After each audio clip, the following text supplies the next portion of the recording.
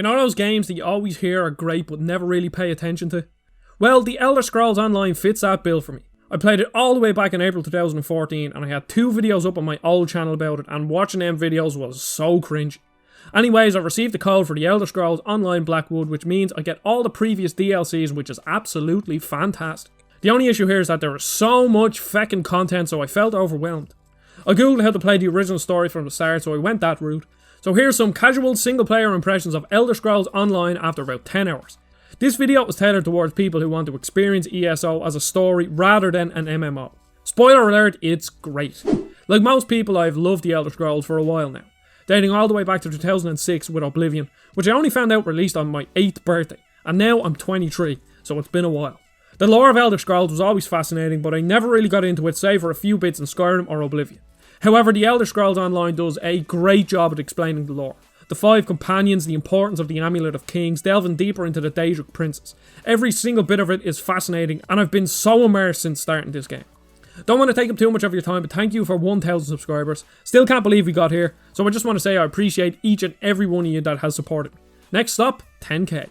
We begin with the character creator, pretty basic stuff. All the races are there, and there are 3 alliances, with 3 races in each, and there are no race combination locks, so I went with a Wood Elf Warden since I love having pets in MMOs. As for the basics, it's what you expect from an MMO. Run around wide open areas, fighting, mining, questing, and just overall exploring with some hot bar combat. The game does a great job at drip feeding you tutorials, teaching you the basics of combat and traversal, and slowly explaining different mechanics like crafting, alchemy, and housing. From the get-go, I was never lost. With plenty of quests to embark on and points of interest to discover, exploring the world was one of the most immersive experiences I've had in a long time. Just listen to the music and ambience as I walk around.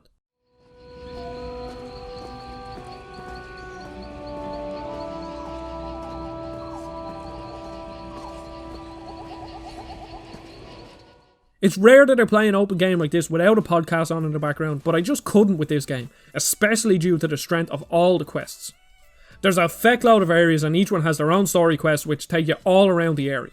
I began in Canartes Roost and the story there was of an invading pirate force that was causing a lot of trouble. The next area was similar to Game of Thrones, a newly crowned queen who was being targeted by a band of assassins and traitors, and I couldn't wait to see what happened next.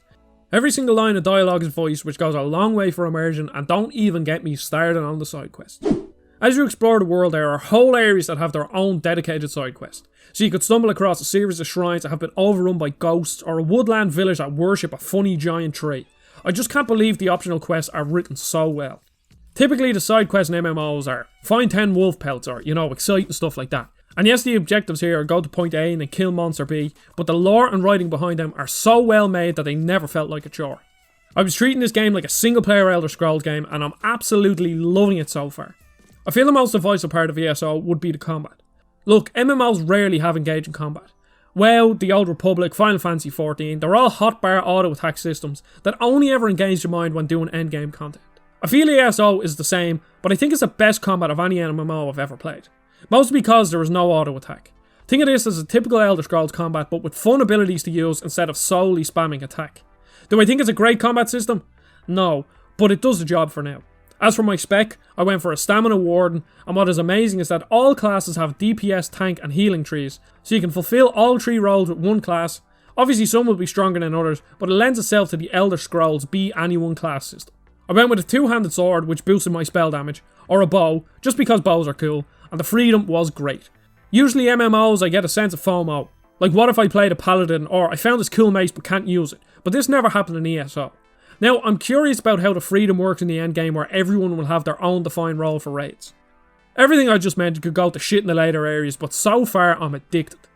I would like to point out that the PS5 version had some issues since launch, mostly to do with crashes on performance mode. The game would crash pretty much every time I entered a new area, which was so annoying I nearly stopped playing. However, on fidelity mode it never crashed, and since then I turned it back to performance mode and had no issues with crashing. So maybe that's a fix, I really don't know. If you're having issues then let me know if that is a fix. I definitely want to do a full review once I hit the level cap, so stick around for that. I highly recommend the game, even as someone looking for a single player experience. Now this is only short because I don't want to say too much until I play more, so thank you for watching, and again, thank you so much for 1k subscribers. I seriously appreciate each and every single one of you. Don't forget to subscribe and join the Discord down below. See you all in the next video.